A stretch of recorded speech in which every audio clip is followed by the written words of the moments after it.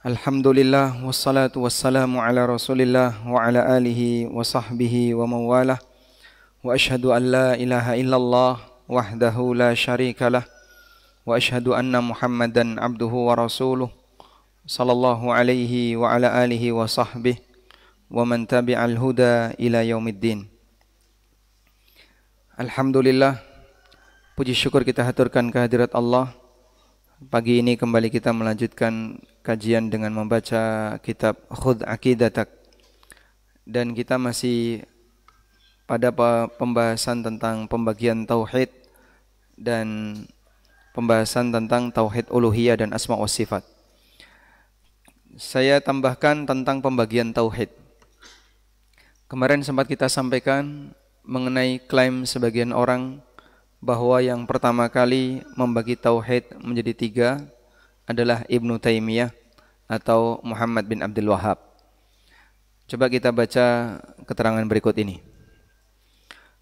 Ibnu Battah Al-Uqbari dalam Ibanah Al-Kubra pernah mengatakan, "Wa dzalika anna aslal imani billahi alladhi yajibu 'alal khalqi i'tiqaduhu fi itsbatil imani bihi thalathatu asya'."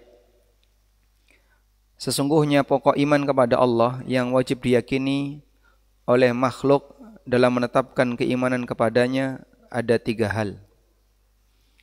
Seperti yang kita singgung kemarin, jadi kajian tauhid itu kajian tentang iman kepada Allah. Kalau kita mengenal rukun iman yang 6, maka iman kepada Allah, disinilah posisi kajian tauhid. Rukun iman yang lain memang berkaitan, tapi bukan yang utama. Tentang posisi kajian tauhid, yang utama berkaitan dengan iman kepada Allah. Kemudian Ibnu Battah Al-Uqbari rahimahullah menyebutkan pokok iman kepada Allah yang wajib diyakini oleh setiap hamba ada pada tiga hal. Kemudian beliau sebutkan tiga hal itu adalah pembagian tauhid umumnya yang kita kenal. Nah, orang bertanya, Al-Uqbari ini siapa? Al-Uqbari Ubaidullah bin Muhammad Ibnu Battah Al-Uqbari, ahli hadis, Syekhul Iraq, wafat tahun 387 Hijriah. Terlalu jauh dengan Syekhul Islam. Syekhul Islam Ibnu Taimiyah wafat tahun berapa? 700-an Hijriah. Beliau wafat tahun 300-an Hijriah. Jauh ya, selisih 400 tahun. Apalagi dengan Syekh Muhammad bin Abdul Wahhab yang wafat tahun 1200-an Hijriah. Sehingga terlalu jauh kalau kita bandingkan posisi Ibnu Battah dengan Syekhul Islam maupun Syekh Muhammad bin Abdul Wahhab.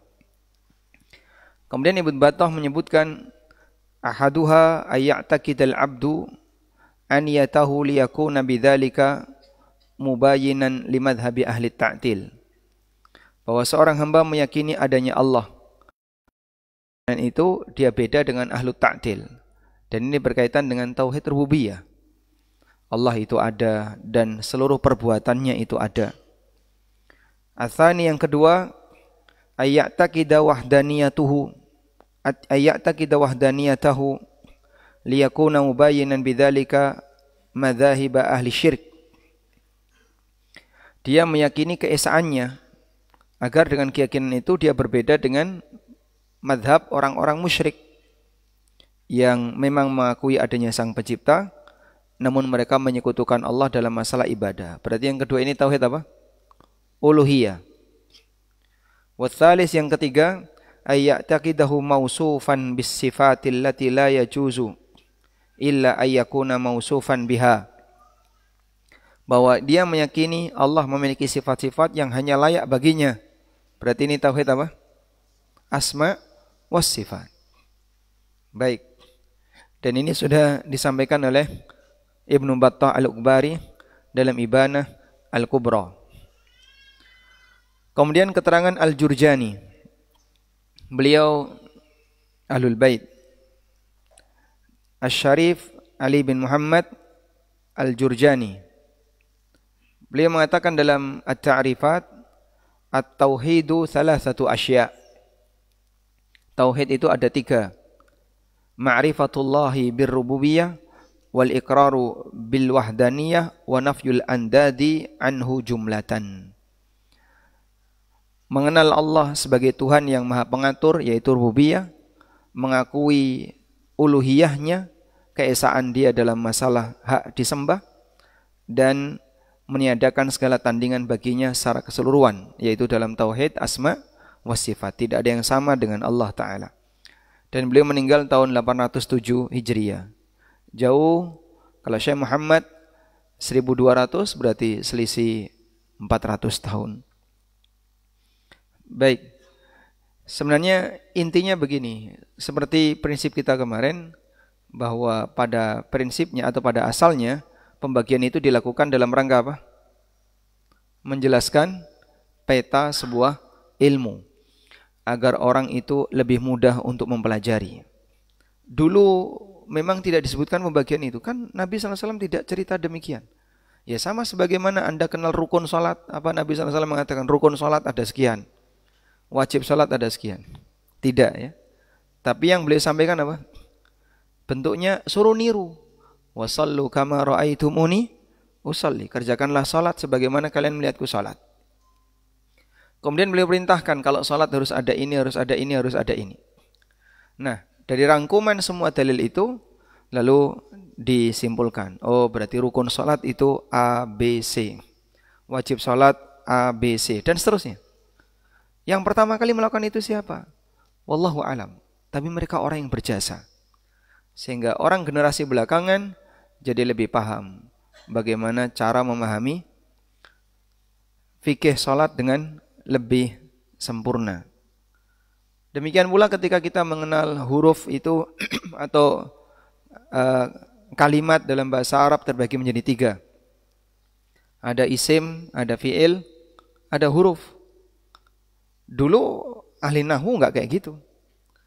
Sehingga adanya pembagian sekali lagi tujuannya adalah untuk memberikan gambaran peta yang ada di dunia ilmu agar bagi generasi yang mau mempelajarinya bisa lebih mudah.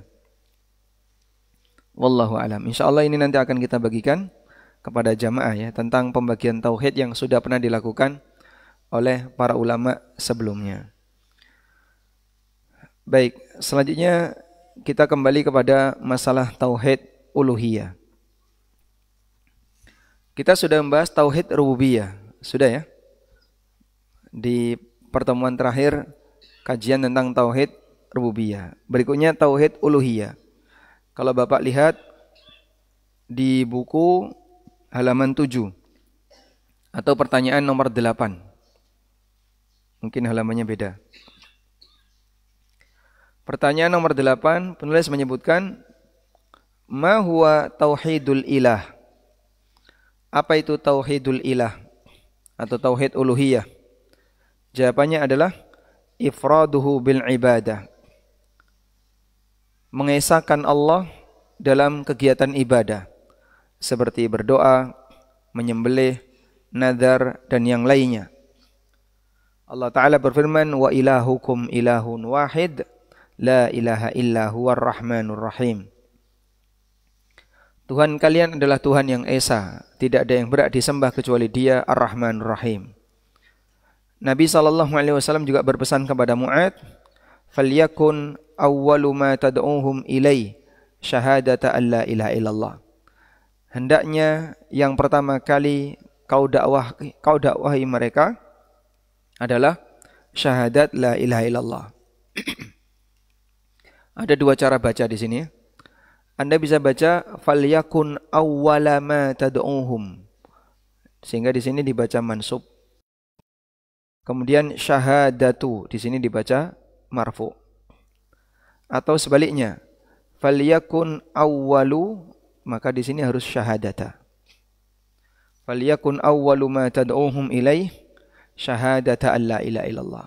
Dua-duanya boleh selama memungkinkan, karena sebenarnya posisi nahwu itu boleh diutak-atik selama memungkinkan. Baik. Hendaknya yang pertama kali kau dakwahkan kepada mereka adalah syahadat la ilaha illallah.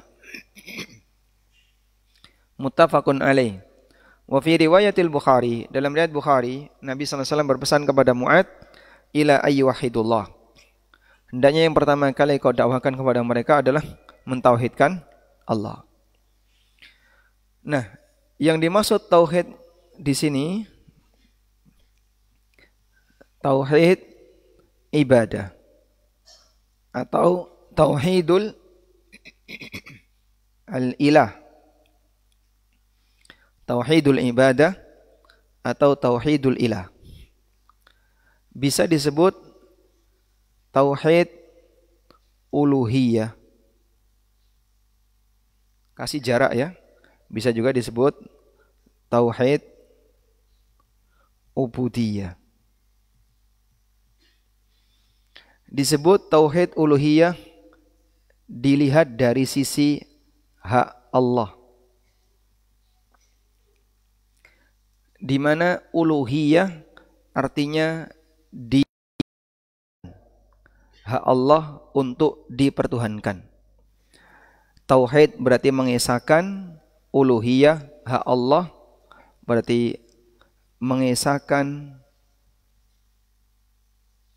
hak Allah berupa hak uluhiyah.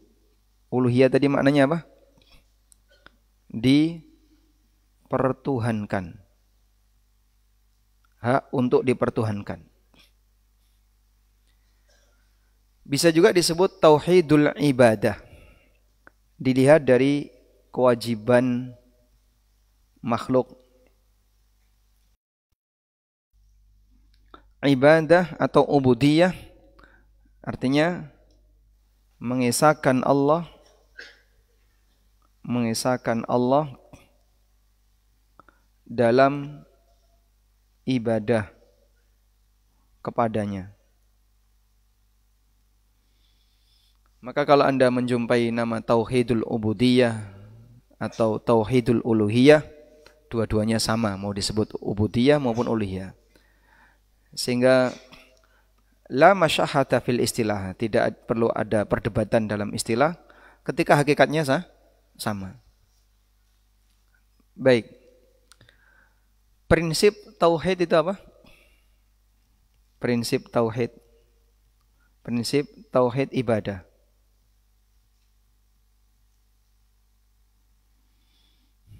Prinsip tauhid ibadah adalah menjauhi amalan syirik.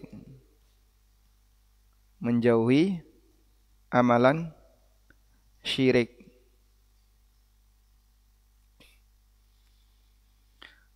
Prinsip tauhid kan ini ya.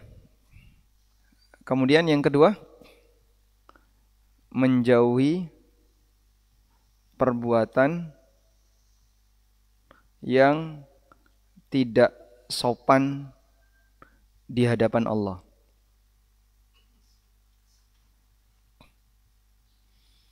Walaupun tidak sampai pada derajat syirik.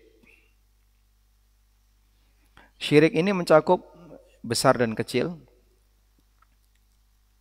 Besar maupun kecil. Menjauhi perbuatan yang tidak sopan di hadapan Allah. Ini bukan syirik, tapi ya perbuatan dosa. Yang jika kita simpulkan, posisi syirik yang dilakukan oleh hamba, itu ada syirik batin, ada syirik anggota badan, syirik perbuatan, dan ada syirik ucapan. Sebagaimana iman, ada iman bil qalbi wal arkan wal lisan. Iman unsurnya apa? Qaulun bil lisan wa i'tiqadun bil jinan wa amalun bil arkan. Ucapan lisan, keyakinan batin, dan amal perbuatan. Maka praktek syirik juga bisa terjadi pada ini. Syirik keyakinan, syirik perbuatan, syirik ucapan. Syirik batin atau syirik keyakinan. Bisa kasih contoh? Syirik keyakinan. Kita sudah belajar kitab syirik ya. Kitab tauhid adalah kitab yang isinya daftar kesyirikan. Contohnya apa? Contohnya melakukan syirik batin. Meyakini ada yang mengatur alam ini selain Allah. Seperti keyakinan wali ghaus, wali kutub, wali watad. Jadi orang-orang sufi kan membagi wali itu bertingkat ya. Mereka meyakini ada namanya wali ghaus. Siapa wali ghaus itu? Dia wali yang mengatur cuaca, mengatur iklim. Ada wali kutub yang dia mengatur pergerakan bumi. Ada wali watat yang dia mengatur kestabilan alam. Nah, dan lain-lainnya ya. Padahal itu semuanya enggak ada. Yang ada, yang benar adalah yang ada itu wali murid ya. Wali-wali seperti itu enggak benar. Baik. Jadi sampai pada tingkatan keyakinan bahwa ada yang mengatur alam. Contoh yang lain, walaupun dia tidak pernah menyembah. Saya mau menyembah wali kutub atau wali ghaus, dia enggak pernah menyembah. Dia enggak pernah ketemu yang mana orangnya. Contoh yang lain apa? Ketergantungan batin kepada selain Allah. Sehingga dia ketika punya harapan, dia selalu bergantung kepada selain Allah. Saya punya jamaah haji yang kerjanya di Irak. Dan teman-temannya banyak orang Syiah. Kemudian beliau cerita, orang Syiah itu kalau ngeluh itu, kalau kita kan ya Allah, orang Syiah ya Ali, ya Husain. Yang dipanggil siapa? Ali atau Husain. Karena mereka menyembah Ali dan mereka menyembah Husain. Kenapa Pak kok menyembah Ahlul Bait? Nah, jangankan menyembah Ahlul Bait, ada yang menyembah Nabi. Sehingga orang soleh disembah banyak. Maka ada yang menyembah Ahlul Bait, ada yang menyembah Nabi dan seterusnya. Demikianlah realita yang kita jumpai di lapangan dan semuanya musyrik. Mau yang nyembah Ali, yang nyembah Husain maupun yang nyembah Nabi, nyembah Yesus maupun nyembah Uzair, semuanya musyrik. Dan itu semuanya keyakinan batin. Sehingga dia punya ketergantungan kepada selain Allah. Lalu ada syirik perbuatan. Menyembelih untuk selain Allah. Kemudian apa lagi? Sajen untuk selain Allah. Kemudian sujud kepada selain Allah. Seperti pernah kita baca, ada orang yang masuk neraka gara-gara lalat. Sebabnya apa? Dia melewati sebuah kampung. Di kampung ini masyarakatnya punya berhala. Dan siapapun yang mau lewat di kampung ini, dia tidak boleh melanjutkan perjalanan sampai memberikan sajen kepada berhalanya. Lalu orang ini mengatakan, aku enggak punya apa-apa. Kemudian masyarakatnya mengatakan, izbah walau dzubaban. Pokoknya kamu sembelih apapun walaupun lalat. Akhirnya dia menyembelih lalat. Nangkapnya gimana Pak? Enggak disebutkan dalam hadis itu, enggak penting ya. Pokoknya yang jelas dia menyembelih lalat. Dia menyembelih lalat. Untuk siapa? Untuk berhala. Fadakhalan nar, kemudian ketika dia mati masuk neraka. Walaupun dia tidak punya keyakinan dengan berhala itu, tapi dia telah berbuat syirik pada berhala itu. Baik. Selanjutnya ada syirik ucapan. Syirik ucapan seperti bersumpah dengan menyebut nama selain Allah. Atau contohnya apa lagi? Menggandengkan Allah dengan selain Allah menggunakan kata dan. Misalnya, Masya Allah wa sya'a fulan. Insya Allah wa fulan.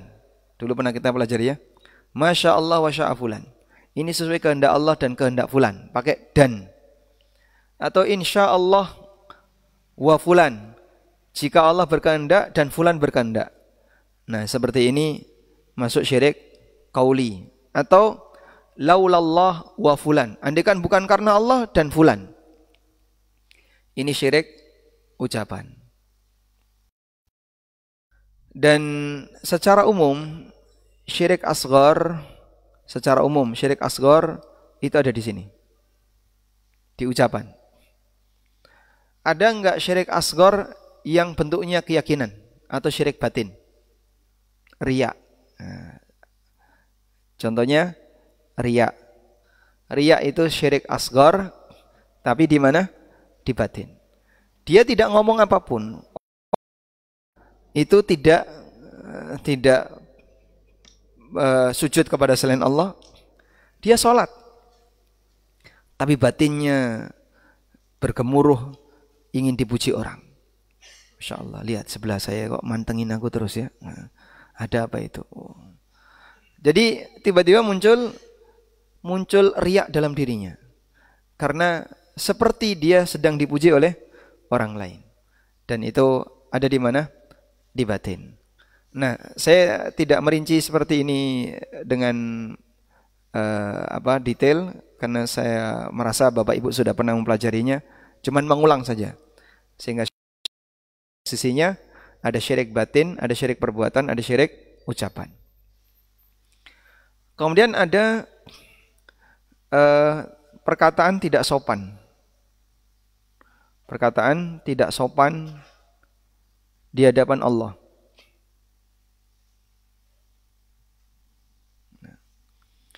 Contohnya kayak apa? Contohnya seperti ini. Ini ada praktek yang kita masukkan dalam lingkaran syirik lafzi. Meskipun sebagiannya tidak sampai pada derajat syirik, tapi pernyataan tidak sopan di hadapan Allah. Dari Jubair bin Mut'im radhiyallahu anhu, beliau menceritakan, ata Rasulullah sallallahu alaihi wasallam a'rabiyun. Ada orang Badui yang mendatangi Rasulullah sallallahu alaihi wasallam. Faqala, lalu si Badui itu mengatakan, ya Rasulullah, jahadatil anfus, wada'atil iyal. Ya Rasulullah, badan ini capek. Keluarga yang meninggal. Wa nahakatil amwal wa halakatil an'am.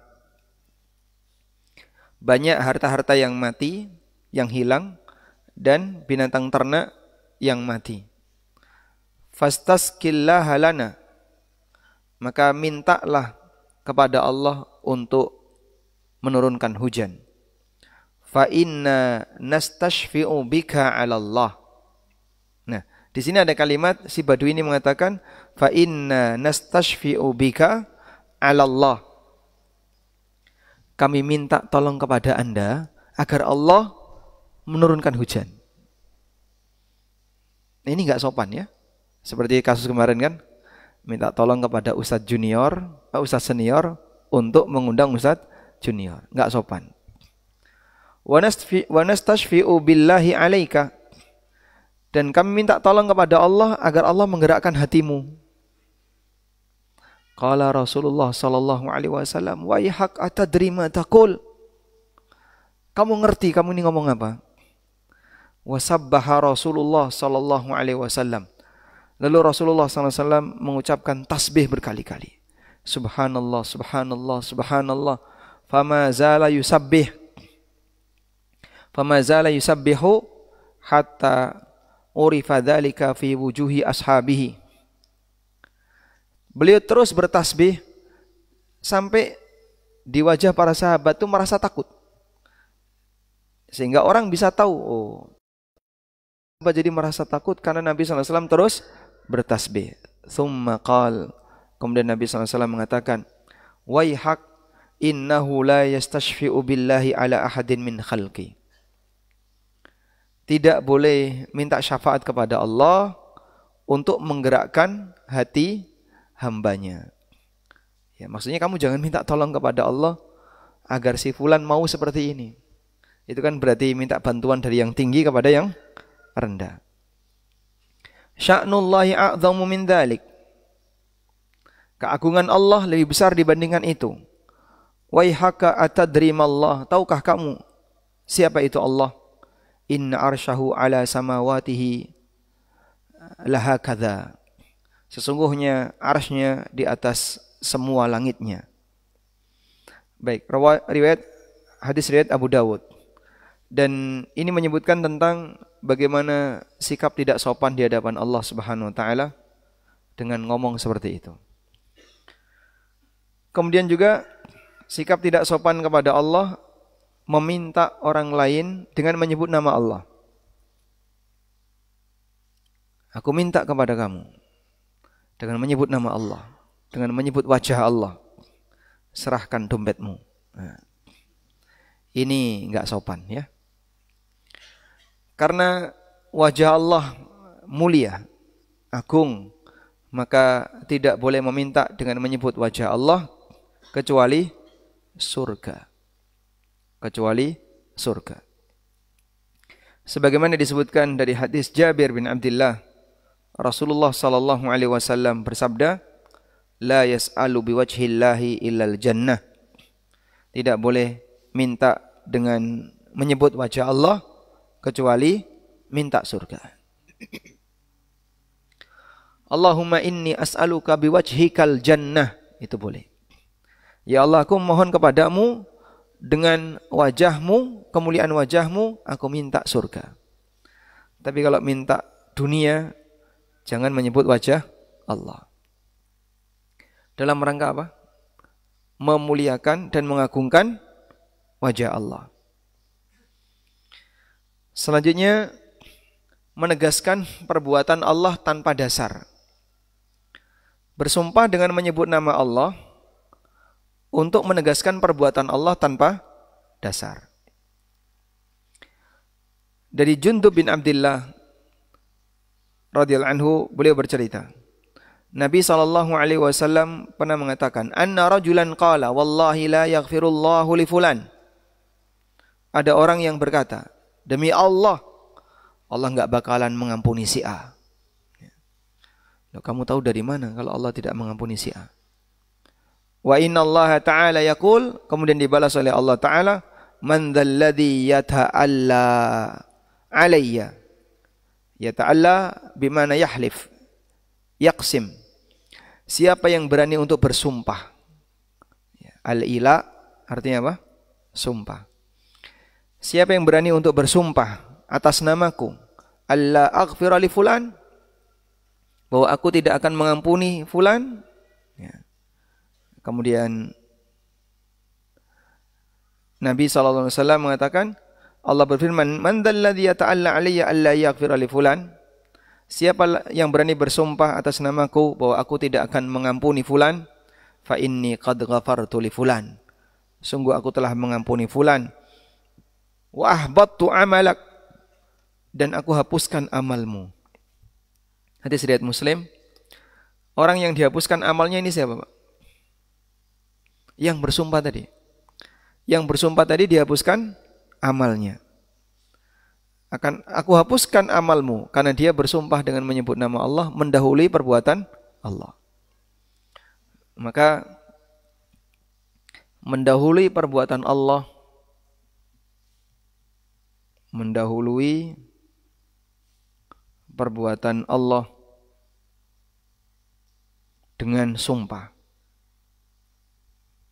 Demi Allah, dia pasti masuk neraka. Nah, tunggu dulu, jangan buru-buru. Orangnya masih hidup. Tapi kan dia kafir. Iya. Apa kamu bisa jamin dia mati kafir? Bisa saja sebelum meninggal, 1 hari sebelum meninggal dia masuk Islam. Tidak tahu. Maka jangan sampai pakai kalimat seperti itu. Mendahului perbuatan Allah dengan sumpah. Demi Allah, aku bersumpah di hadapan Allah.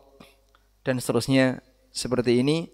Untuk menyatakan perbuatan Allah padahal dia tidak punya bukti, hukumnya terlarang. Dan bahkan bisa menghapuskan semua amal. Baik. Ini yang disebut dengan al-iqsam ala Allah. Al-iqsam ala Allah. Bersumpah dengan menyebut nama Allah, kemudian dia menyatakan tentang perbuatan Allah. Contoh sikap yang dulu pernah kita sampaikan.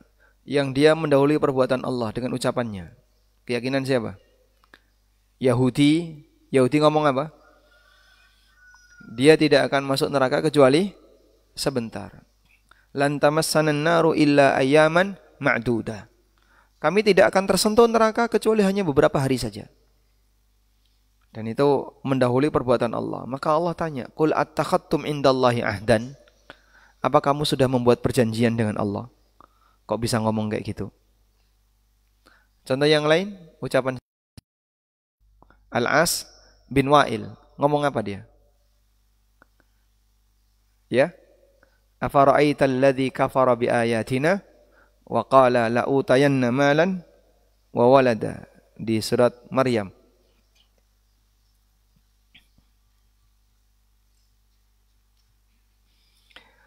Al-As bin Wa'il, Allah ceritakan di surat Maryam. Afara'aita alladhi kafara biayatina wa qala la'utayanna malan wa walada. Tahukah kamu orang yang kafir dengan ayat-ayat kami dan dia mengatakan, aku pasti akan dikasih harta yang banyak dan anak yang banyak kalau besok di akhirat. Padahal dia kafir. Dan dia mendahului Allah. Maka Allah jawab, At-tala'al ghaibah. Apa dia sudah tahu hal yang gaib? Amittakhadha indar rahmani ahda. Atau dia sudah membuat perjanjian dengan Ar-Rahman? Gak ada. Baik. Kalimat yang lain yang semisal dengan ini. Kalimat ini diucapkan oleh sahibul jannatain, pemilik dua kebun yang Allah ceritakan di surat Al-Kahfi. Wa dakhala jannatahu wa huwa zalimun li nafsihi. Qala ma adhunnu an tabida hadhihi abada. Dia masuk ke dalam kebunnya dan dia mendolimi dirinya sendiri dengan ujub terhadap hartanya. Qala, lalu dia mengatakan, ma adhunnu an tabida hadhihi abada. Menurutku ini tidak akan binasa selamanya. Sehingga dia lihat kebunnya yang demikian subur, bagus, pohonnya sehat-sehat. Ini kayaknya enggak bakalan rusak kebun kayak gini. Wa ma adhunnu sa'ata qa'imatan. Dan menurutku kiamat tidak akan terjadi. Wala irruditu ila rabbi, dan kalaupun terjadi kiamat lalu aku dikembalikan kepada Rabbku, la ajidanna khairam minha munqalaba. Aku akan mendapatkan yang lebih baik daripada ini. Sehingga dia merasa pasti akan diberi oleh Allah di akhirat balasan yang lebih baik. Dan itu semuanya mendahului Allah. Maka menyampaikan sesuatu di mana kita tidak punya bukti berkaitan dengan perbuatan Allah dalam agama kita dilarang. Saya masih ingat Suwargi Mbah Yoto. No. Kok Suwargi namanya? Suwargi itu apa? Masuk surga. Bapak dari mana tahu kalau beliau masuk surga? Dari mana tahu kalau beliau masuk surga? Ya enggak tahu. Husnudzan saja. Ya enggak boleh kayak gitu. Memastikan enggak? Enggak boleh. Ada yang nyebut swargi, ada yang nyebut jannat. Ya. Kalau yang dirahmati boleh ya. Karena harapan. Sehingga sesuatu yang belum jelas, apabila Anda mau menyampaikan tentang kondisi akhir yang bersangkutan, maka sampaikan dalam bentuk harapan. Semoga Allah merahmati beliau, semoga Allah mengampuni beliau, dan seterusnya. Wallahu a'lam. Walhamdulillahirabbil alamin. Ini berkaitan dengan pembahasan tauhid uluhiyah atau tauhid ubudiyah. Berikutnya kita menuju tauhid asma wa sifat.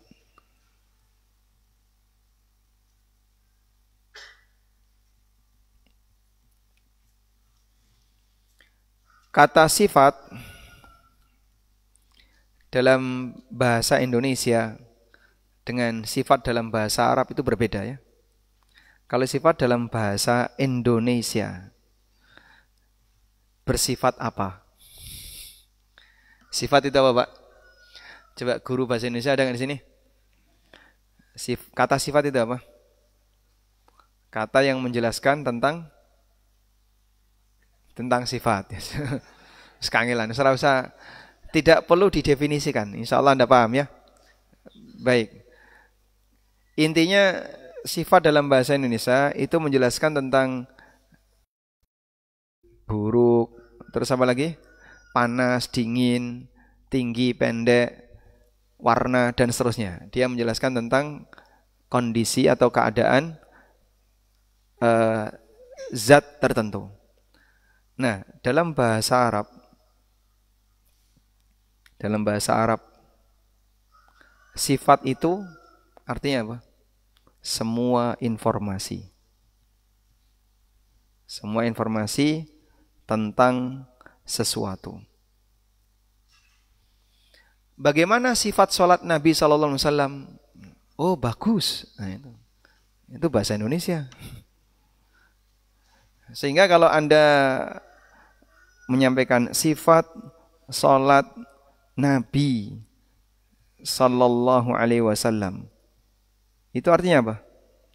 Semua informasi tentang sholat Nabi Sallallahu Alaihi Wasallam. Atau bahasa lainnya, kalau dia bentuknya gerakan ya tata cara. Tata cara sholat Nabi Sallallahu Alaihi Wasallam. Berarti kalau kita mengatakan sifat Allah, apa artinya? Semua berita atau informasi tentang Allah. Nah, begitu cara. Sehingga Pak Budi bekerja. Bekerja itu apa? Sifat atau bukan? Kalau Anda membaca kalimat Budi belajar. Belajar ini apa? Sinau ya. Belajar ini apa? Kata kerja. Apakah ini kata sifat?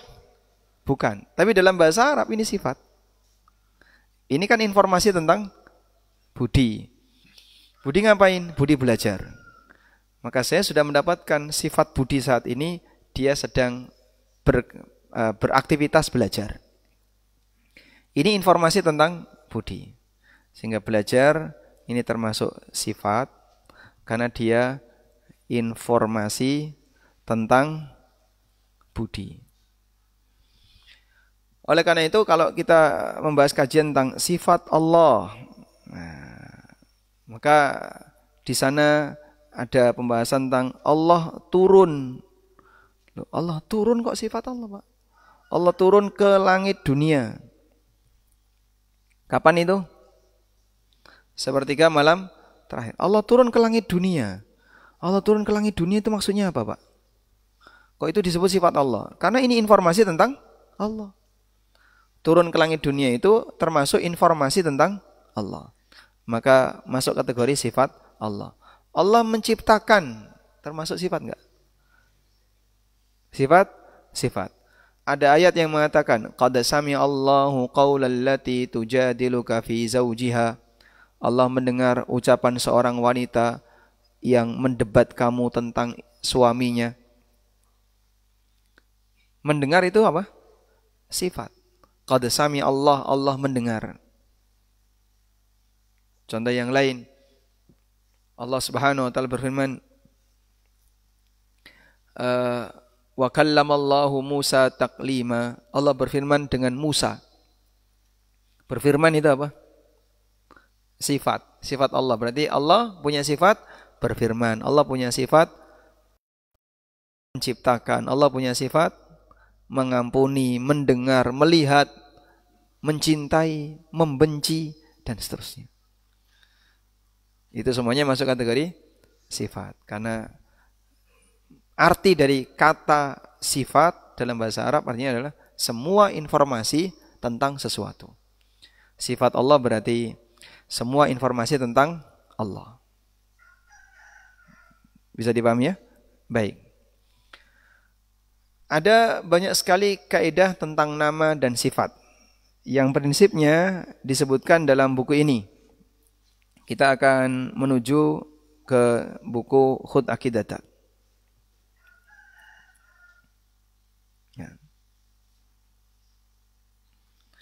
Ma huwa tauhidul sifatillah wa asma'ihi. Ma huwa tauhidu sifatillah wa asma'ihi? Apa yang dimaksud dengan tauhid asma wa sifat? Jawabannya adalah itsbatu ma wasafallahu bihi nafsahu fi kitabih aw wasafahu rasuluhu sallallahu alaihi wasallam fi ahadithi sahihah alal haqiqah. Itsbat menetapkan atau meyakini ma wasafallah, apapun yang Allah sifati nafsahu tentang dirinya fi kitabihi dalam kitabnya. Allah sifati maksudnya apa? Kita meyakini apapun yang Allah beritakan tentang dirinya, yang Allah informasikan tentang dirinya.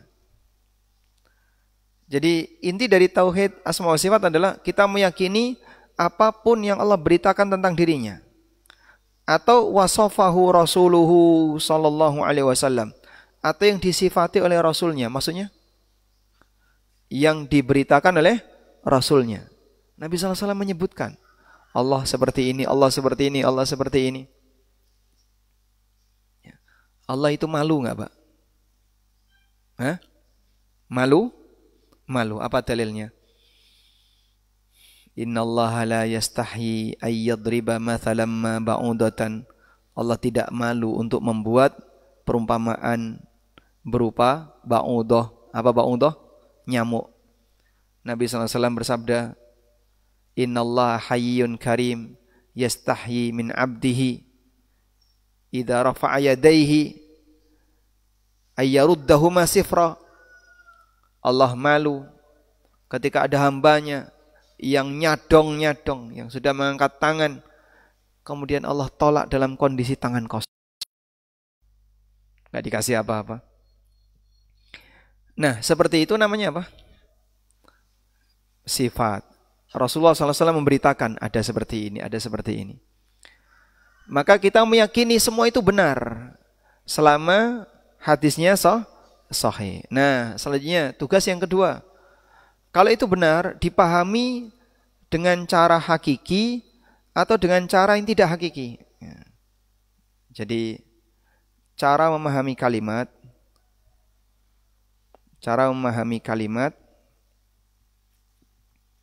itu kan ada dua ya. Dipahami secara hakiki. Secara hakiki. Hakiki itu kalau bahasa kita ya tekstual. Dipahami secara tekstual. Dan yang kedua, dipahami secara lawannya apa? Kontekstual. Yang tidak tekstual. Ya, tidak tekstual itu beragam ya. Bisa bentuknya dengan cara ditakwil, bisa bentuknya dengan cara ditahrif, bisa ditamthil dan seterusnya. Bisa dengan cara saya pahami non tekstual atau maknawi. Lawan dari hakiki adalah maknawi. Oh, maknanya itu kayak gini. Pakai maknawi. Ini berarti non tekstual. Sudah? Nah, untuk kalimat dalam Al-Quran maupun hadis yang menyebutkan tentang keterangan tentang Allah, itu dipahami yang mana? Pakai yang pertama ataukah pakai yang kedua? Nah, disitulah kaum muslimin berbeda pendapat. Kaum muslimin mereka berbeda pendapat. Sudah? Anda save dulu bahwa kaum muslimin berbeda pendapat dalam memahami kalimat tentang nama dan sifat Allah, apakah tekstual ataukah maknawi, apakah hakiki atau maknawi. Sudah? Saya sebut kaum muslimin karena ini antara ahlu sunnah dan selain ahlu sunnah. Selanjutnya, nah karena penulis kitab ini ahlu sunnah, beliau mengatakan bila ta'wilin wala tafwidin wala tamthilin wala ta'tilin. Tanpa takwil, tanpa tafwid, tanpa tamthil, tanpa ta'til. Seperti istawa, Allah beristiwa. Nuzul, Allah turun. Allah punya tangan dan yang lainnya. Mimma yaliqu bikamalihi, yang itu sejalan dengan kesempurnaan Allah. Sebagaimana Allah firmankan, laisa kamitslihi syai'un wa huwas samiul basir. Tidak ada yang serupa dengan Allah dan Dia zat yang Maha mendengar lagi Maha melihat. Baik. Sekarang coba kita lihat di sini ya. Pada asalnya, jadi Bapak tulis di sini kalimat atau dalil yang berisi keterangan nama dan sifat. Ada dua metode tadi ya yang digunakan oleh manusia dalam memahami. Ada dua metode yang digunakan orang Muslim dalam memahaminya. Nah, yang pertama ada yang pakai apa tadi? Makna hakiki. Dia menggunakan makna atau dia menggunakan metode pemahaman hakiki. Ini dipahami sesuai dengan hakikinya. Hakikinya itu benar tekstual. Allah istiwa alal arsy. Ya kita terjemahkan Allah beristiwa alal arsy. Allah turun, ya kita terjemahkan turun. Dan seterusnya. Yang kedua pakai maknawi. Baik. Ahlus sunnah memilih yang ini. Ahlul kalam memilih yang ini. Ahlus sunnah memilih yang pertama, ahlul kalam memilih yang kedua. Kok bisa Anda klaim itu ahlus sunnah? Karena ini baru muncul setelah zaman filsafat. Ini baru muncul di era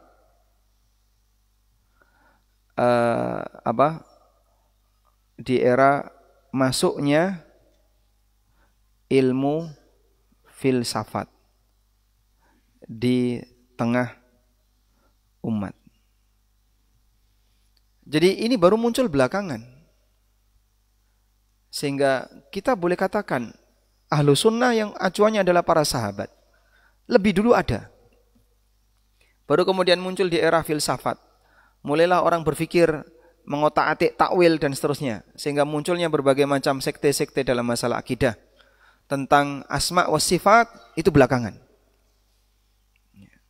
Meskipun waktunya berbeda-beda. Jahmiyah muncul kapan, ini muncul kapan, waktunya berbeda-beda ya. Baik. Dan semuanya berangkat dari rahim yang sama. Karena pengaruh ilmu kalam. Sementara dulu para sahabat tabi'in, kemudian juga tabi'in, enggak ada yang pakai metode yang kedua ini, enggak ada.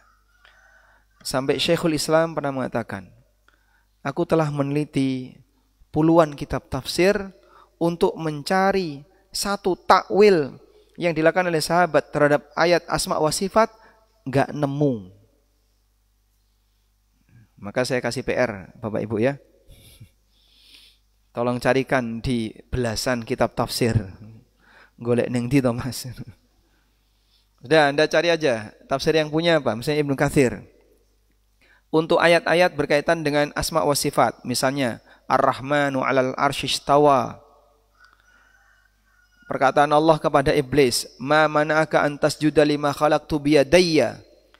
Apa yang menghalangimu wahai iblis, kamu tidak mau sujud kepada makhluk yang aku ciptakan biyadayya, dengan tanganku. Terus Anda cari juga takwil tentang firman Allah, "Wasna'il fulka bi'ayunina." Allah perintahkan kepada Nuh alaihissalam, buat perahu bi'ayunina, dengan pandangan mataku. Nah, ayat-ayat seperti itu carikan takwilnya. Yang dilakukan oleh sahabat atau tabi'in atau tabi'in. Di semua kitab tafsir yang pakai riwayat, seperti Ibnu Jarir kan pakai riwayat, atau tafsirnya Ibnu Katsir, beliau juga menyebutkan riwayat, atau tafsir yang lain dari kalangan ulama salaf, dari sahabat, tabi'in atau tabi'in, enggak nemu. Ibnu Taimiyah itu menyatakan, saya tidak ketemu yang seperti itu. Nah, kalau beliau sudah meneliti dari puluhan kitab tafsir, dan beliau mengatakan dengan tegas, saya tidak pernah menemukan demikian, ya maka kita sudah bisa pastikan, silakan yang lain juga turut mencari ya. Yang senang dengan takwil silakan juga ikut nyari. Kalau Bapak nemu, sampaikan. Jadi bukti, oh Ibnu Abbas juga mentakwil, nah baru jadi bukti. Ibnu Mas'ud pernah takwil ketika tangan Allah ditakwil dengan kuasa Allah. Kalau ada silahkan.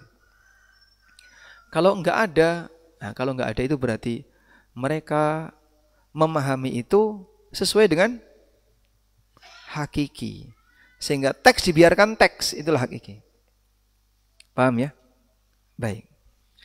Maka Anda bisa pastikan kenapa ini tafsirnya Ahlus Sunnah. Karena seperti inilah metode sahabat tabi'in, tabi'in dalam menafsirkan.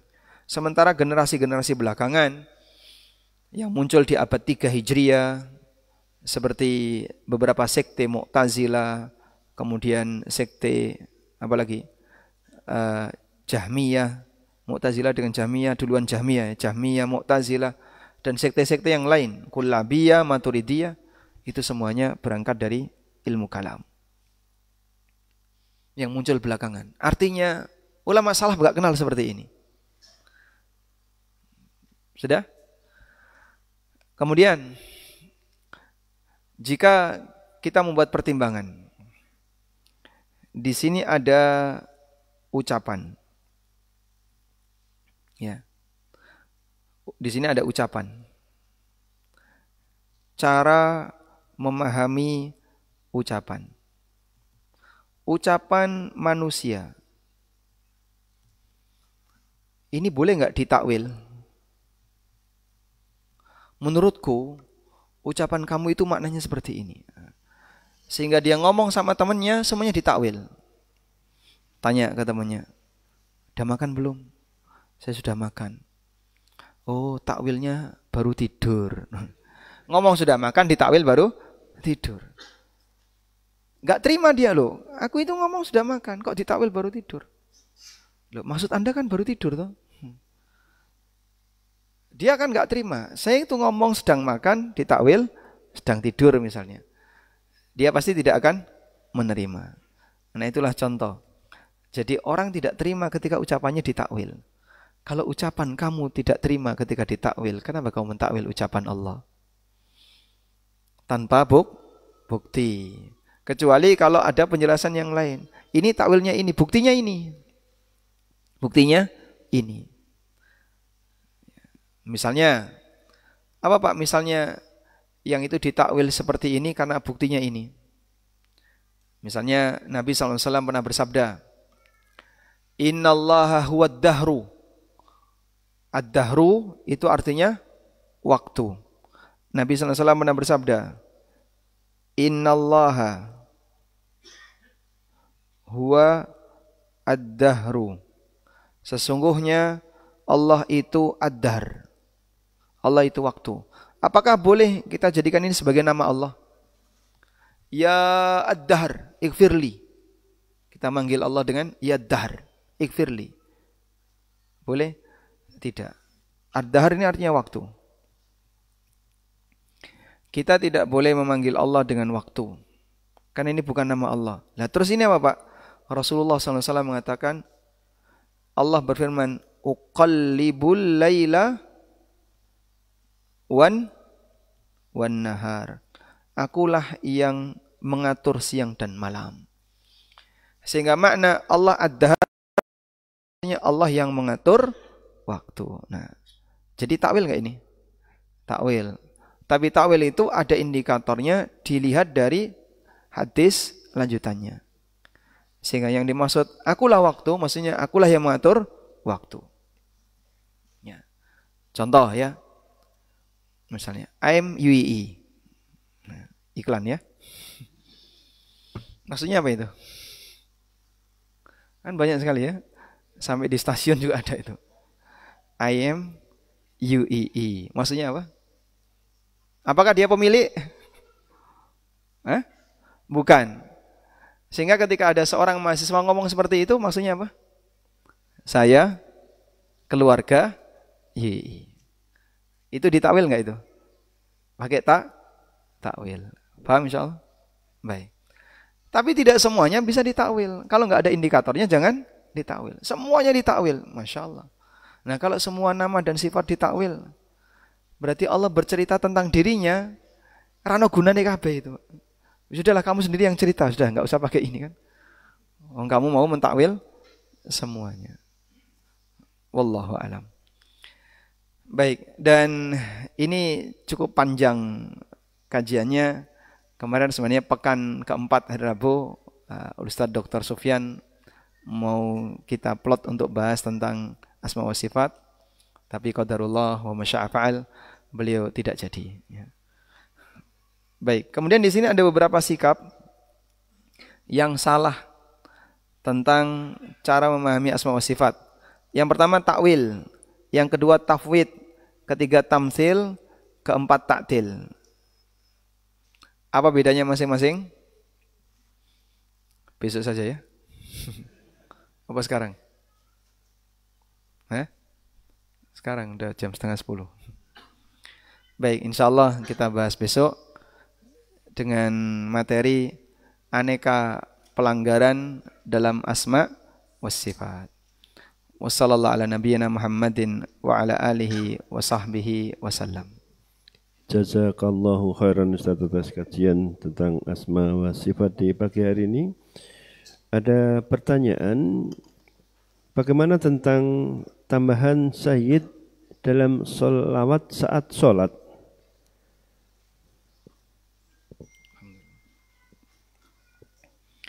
Ada pertanyaan, bagaimana tambahan sayyidina dalam salawat ketika sholat?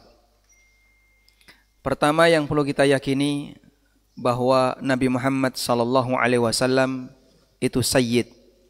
Sebagaimana disebutkan dalam beberapa hadis riwayat Bukhari Muslim, beliau pernah mengatakan, ana sayyidu waladi Adam wala fakhrah. Dalam riwayat yang lain beliau mengatakan, ana sayyidu waladi Adam yaumal qiyamah. Aku adalah sayyid, pemimpin bagi waladi Adam, putra Adam, besok di hari kiamat. Dan makna sayyid artinya pemimpin. Makna sayyid artinya pemimpin. Dan Nabi SAW adalah pemimpin bagi seluruh umatnya. Yang kedua, kata sayyid ini tidak hanya berlaku bagi Rasulullah SAW. Bahkan beliau sendiri pernah memberikan gelar sayyid kepada beberapa sahabat. Seperti Nabi SAW pernah mengatakan tentang Hasan. Hasan cucu beliau. Beliau mengatakan, inna ibni hadha sayyidun la'allallaha yuslihu bainal fi'ataini adimain. Sesungguhnya putraku ini adalah sayyid. Semoga Allah mendamaikan dua kubu besar kaum muslimin disebabkan karena beliau. Dan itu terjadi pasca wafatnya Ali bin Abi Thalib radhiyallahu anhu dengan adanya peristiwa penyerahan tampuk kepemimpinan dari Hasan kepada Muawiyah, sehingga kaum muslimin ketika itu tinggal punya satu pemimpin. Nabi SAW juga pernah memuji Sa'ad bin Mu'ad. Waktu Sa'ad bin Mu'ad itu datang ke Bani Quraidah, beliau minta kepada para sahabat untuk menjemput beliau, berdiri menyambut beliau. Dan beliau mengatakan, kumu ila sayyidikum. Berdirilah kalian untuk menyambut sayyid kalian, yaitu Sa'ad bin Mu'ad. Demikian pula para sahabat ketika memuji sahabat yang lain terkadang menggunakan kata sayyid. Umar bin Khattab radhiyallahu anhu pernah memuji Abu Bakar dan Bilal. Beliau mengatakan, inna Abu Bakrin sayyiduna yu'tiku sayyidana. Abu Bakar itu sayyid kita dan beliau membebaskan sayyid kita. Sayyid yang pertama siapa? Abu Bakar. Sayyid yang dibebaskan oleh Abu Bakar, Bilal radhiyallahu anhuma. Sehingga sahabat memuji sahabat yang lain dengan menggunakan kata sayyid. Maka Anda boleh memanggil orang yang Anda muliakan dengan sebutan sayyid, sebagaimana kita boleh menyebut orang yang kita muliakan dengan sebutan syekh atau sebutan guru atau yang lainnya. Kemudian ada satu riwayat di mana Nabi SAW pernah menolak ketika dipanggil Sayyid. Dalam hadis Abdullah bin Syikhir, datang seorang sahabat, kemudian dia memuji Rasulullah SAW. Ya Rasulullah, anta sayyiduna, ibnu sayyidina. Ya Rasulullah, Anda adalah sayyid kami, putra dari sayyid kami. Namun praktek ini dilarang oleh Nabi SAW. Kemudian beliau mengatakan, as-sayyid huwallah. Sayyid itu Allah. Dan para ulama mengatakan maksud Nabi SAW adalah untuk menghalangi agar orang ini tidak berlebihan dalam memuji Rasulullah SAW. Maka saat ada kesan dia ini ingin berlebihan dalam memuji beliau, langsung dipotong dan beliau mengatakan as-sayyid huwallah. As-sayyid itu Allah. Dan salah satu nama Allah adalah as-sayyid. Salah satu nama Allah as-sayyid. Karena Nabi SAW mengatakan as-sayyid huwa Allah. Sehingga boleh saja kita mengatakan Rasulullah SAW dengan Sayyiduna. Karena beliau memang Sayyid kita semuanya. Pertanyaan berikutnya. Boleh enggak gelar Sayyid ini kita pasang ketika kita membaca salawat saat salat? Tidak menggunakan gelar Sayyid ketika menyebut Nabi SAW, jangan dikatakan enggak sopan. Wah, enggak sopan dia. Masa Allahumma sholli ala Muhammad gitu saja, enggak pakai gelar di depannya. Allahumma sholli ala Muhammad berarti artinya, ya Allah berikanlah salawat kepada Muhammad. Kok enggak ada kata Nabi atau enggak ada kata Sayyid di depannya? Enggak sopan. Bagaimana mungkin itu bisa disebut tidak sopan? Padahal teks ini yang diajarkan oleh Rasulullah sallallahu alaihi wasallam. Sebagaimana disebutkan dalam hadis dari Ka'ab bin Ujrah tentang bacaan salawat, hadis riwayat Bukhari Muslim. Sahabat minta diajari bacaan salawat oleh Nabi SAW. Kemudian Rasulullah SAW mengajarkan, Allahumma salli ala Muhammad wa ala ali Muhammad kama sallaita ala Ibrahim wa ala ali Ibrahim wa barik ala Muhammad wa ala ali Muhammad, tanpa ada kata Sayyid. Baik, orang mungkin berkomentar, barangkali beliau sampaikan itu karena tawadhu, karena pertimbangan tawadhu, maka beliau tidak tambahkan Sayyid. Kalau Anda ngasih komentar itu karena pertimbangan tawadhu, pertimbangan tawadhu itu kan berarti menggunakan kalimat yang menutupi aslinya karena bawaan perasaan. Maksud saya seperti ini. Mana yang lebih dekat untuk ajaran Nabi SAW dalam salawat hadis Ka'ab bin Ujrah itu? Apakah ini redaksi wahyu atau ini redaksi yang kecampuran perasaan? Kita akan mengatakan redaksi wahyu. Dari mana Anda tahu kalau itu redaksi wahyu? Ya semua yang diajarkan Nabi SAW adalah wahyu. Apalagi itu dalam sholat. Tentu itu adalah wahyu. Nah kalau Anda sebut, oh ini karena latar belakang tawadhu, apa kepentingan Nabi SAW sampai harus menutupi bagian wahyu, kemudian dengan alasan perasaan? Tawadhu itu kan karena alasan perasaan. Nah ini enggak sopan banget di hadapan Rasulullah SAW. Sehingga yang lebih tepat ini murni karena redaksi wahyu. Bahkan ada keterangan yang pernah disebutkan oleh Al-Hafidh Ibnu Hajar berkaitan dengan alasan tadi.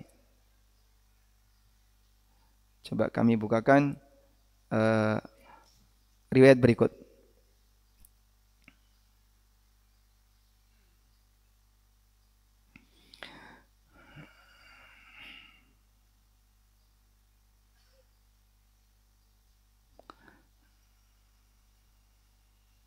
Nah, ini ada beberapa catatan tentang salawat kepada Nabi Sallallahu Alaihi Wasallam yang disampaikan oleh Syekh Albani di kitab beliau Sifatus Salatin Nabi Sallallahu Alaihi Wasallam. Coba Anda lihat ini ya. Nah, mana?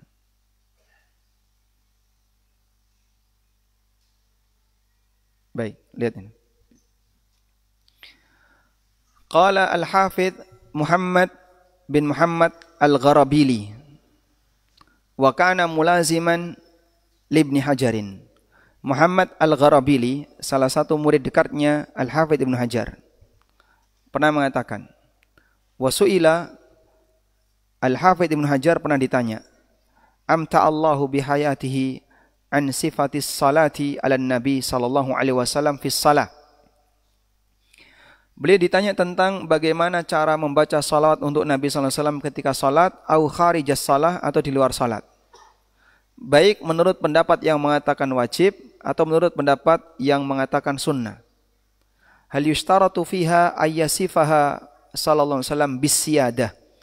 Apakah disyaratkan untuk menyebut Nabi sallallahu alaihi wasallam dengan gelar sayyid? Ka'ayyakula mathalan, misalnya orang mengucapkan Allahumma salli ala sayyidina Muhammad au ala sayyidil khalqi. Sudah? Kemudian beliau juga ditanya, wa ayyuhuma afdal? Dan mana yang lebih afdal? Al-ityanu bilafdhis siyadah. Membaca salawat dengan mencantumkan kata sayyid, likauniha sifatan thabitatan lahu, karena sifat sayyid ini memang dimiliki oleh Nabi sallallahu alaihi wasallam, atau adamil ityani bihi, membaca salawat tanpa diberi tambahan sayyid, li adami wurudi dzalika fil athar, mengingat tidak ada riwayat yang sahih tentang itu. Fa ajaba radhiyallahu anhu, Al-Hafidh Ibnu Hajar memberikan jawaban, na'am, ittiba'ul alfadhil ma'thurah arjah. Mengikuti teks yang disebutkan dalam dalil itu yang lebih benar. Wala yuqal taraka dzalika tawadu'an, dan orang tidak boleh mengatakan barangkali Nabi sallallahu alaihi wasallam tidak mengajarkan seperti itu karena tawadhu. Jadi kalau alasan orang sekarang Nabi sallallahu alaihi wasallam tidak menambahkan sayyid dalam riwayat itu karena beliau tawadhu, sudah pernah ada di zaman Al-Hafidh Ibnu Hajar, dan beliau sampaikan enggak boleh ngomong kayak gitu. Wala yuqalu la'allahu taraka dzalika tawadu'an minhu, bisa jadi beliau tinggalkan itu karena beliau tawadhu, kama lam yakun yaqulu inda dzikrihi sallallahu alaihi wasallam wa ummatihi mandubatan ila an taqula dzalika kullama dzukir. Sebagaimana tidak diucapkan ketika kita menyebut nama Nabi sallallahu alaihi wasallam, dan umatnya dianjurkan untuk mengucapkannya setiap nama beliau disebut.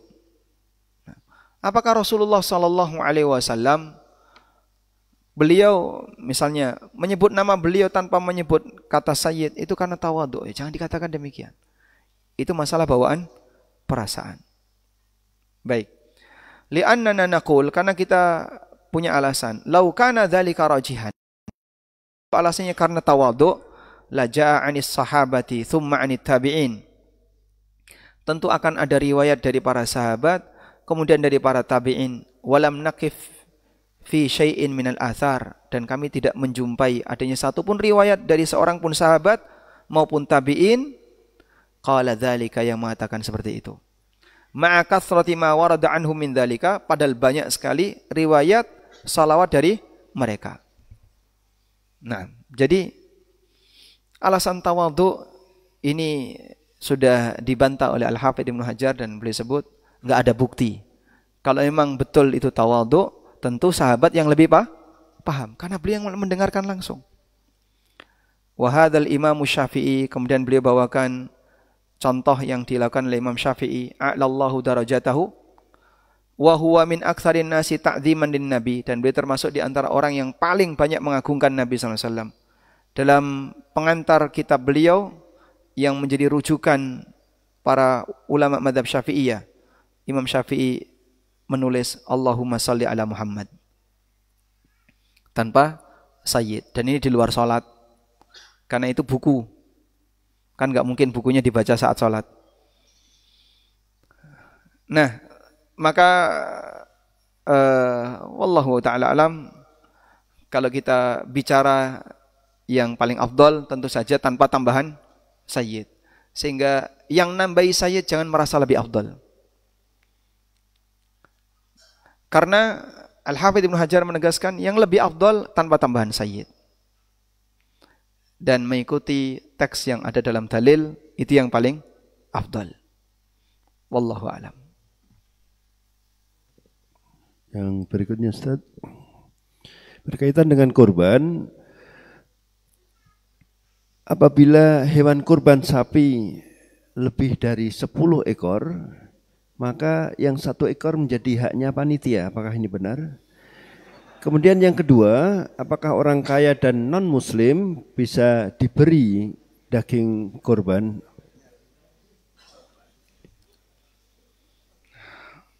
Apabila korban sapi dapat 10 ekor, yang 1 ekor jadi haknya panitia. Itu bonus dari siapa? Dari penjual atau dari sahibul kurban? Kalau dari penjual boleh, berarti kan borong 10, bonus 1. Diskon 10% misalnya. Sehingga bayar 9, dapat 10. Nah, ketika itu sudah jadi milik takmir, sah dengan cara muamalah yang tidak ada pelanggaran apapun misalnya, maka selanjutnya sapi ini ada 2 keputusan takmir ya. Mau distatuskan untuk 7 orang atau tidak distatuskan 7 orang. Kalau distatuskan 7 orang berarti jadi korban 7 orang. Misalnya ketua takmir, istri ketua takmir, anak ketua takmir, keponakannya, cucunya, nah, Masya Allah. Totalnya 7. Jika mau seperti itu silahkan. Yang kedua, kalau misalnya ya sudah, ini bukan korban siapapun, kita jadikan ini untuk makan-makan. Nah, boleh disembelih setelah subuh. Nah, karena bukan korban. Begitu pulang sholat, udah mateng. Karena dia tidak dijadikan sebagai korban. Boleh saja seperti itu. Wallahu a'lam.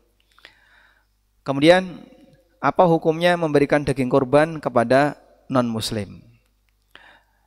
Jadi dalam kurban itu ada 2 hal yang perlu dibedakan.